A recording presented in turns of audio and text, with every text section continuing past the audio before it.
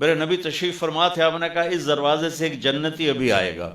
ایک مدینے کے انصاری صحابی آئے، جوتا ہاتھ میں اور داڑھی میں وضو کا پانی ٹپک رہا تھا.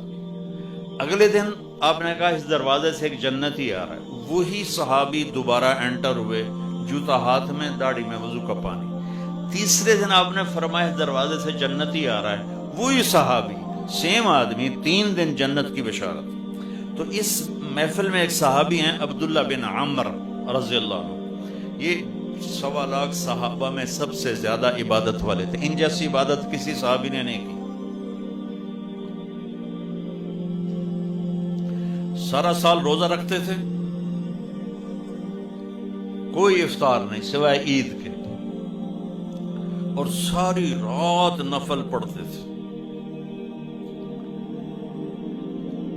شادی والی رات، سہاگ رات، بیگم دلہن تیار بیٹھی، حضرت تشریف لائے اور مصلی پہ کھڑے ہو کے اللہ اکبر. جوں شروع ہوئے تہجد کا وقت داخل ہو گیا. ان کی بیگم بھی اس دور کی، اس جگہ تھا کوئی دمدہ نہیں، اس نے بھی وضو کیا اور پیچھے کھڑی ہو کے اللہ اکبر. صبح ان کے باپ نے پوچھا، عمرو بن عاص رضی اللہ عنہ، رات بیٹا کیسی گزری؟ کا ماشاءاللہ تھا نفلوں میں گزری. وہ بے وقوف، میں تیری شادی اس واسطے کی تھی، تو راتی نفل پڑھتا رہا.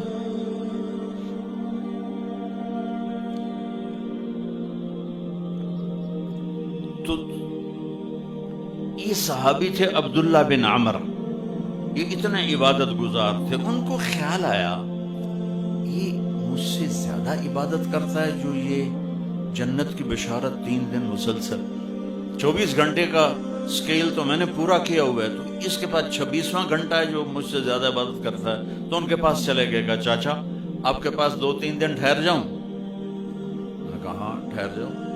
ذرا ادھیڑ عمر کے تھے.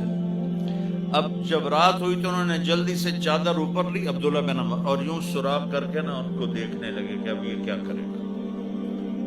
ان کا خیال تھا اتنا لمبا رکوع کرے گا کہ رات گزر جائے گی، اتنا لمبا سجدہ کرے گا کہ رات گزر جائے گی.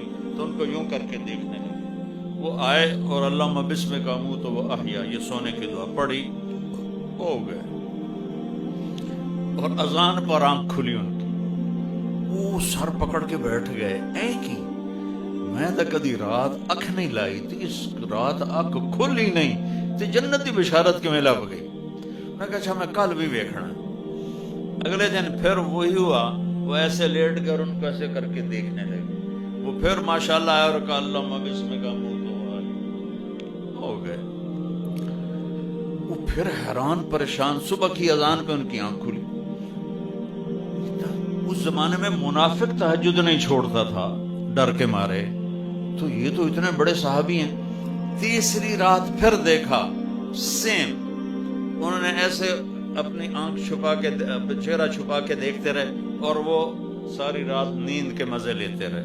یہ بیچارے ویسے ہی تھکتے رہے، اے ہن کچھ کردا ہے، اے ہن کچھ کردا ہے، اے ہن کچھ کردا ہے. آخر تیسری صبح وہ پھٹ پڑے، کہنے لگے چاچا، ان کو انہوں نے یہ بہانہ کیا تھا کہ میرے والد ناراض ہیں میرے اوپر، تو میں 2-4 دن آپ کے پاس الگ رہوں. کہنے لگے چاچا میرا باپ کوئی ناراض نہیں تھا، 3 دن مسلسل میں نے تیرے جنتی ہونے کی بشارت سنی، 3 دن مسلسل.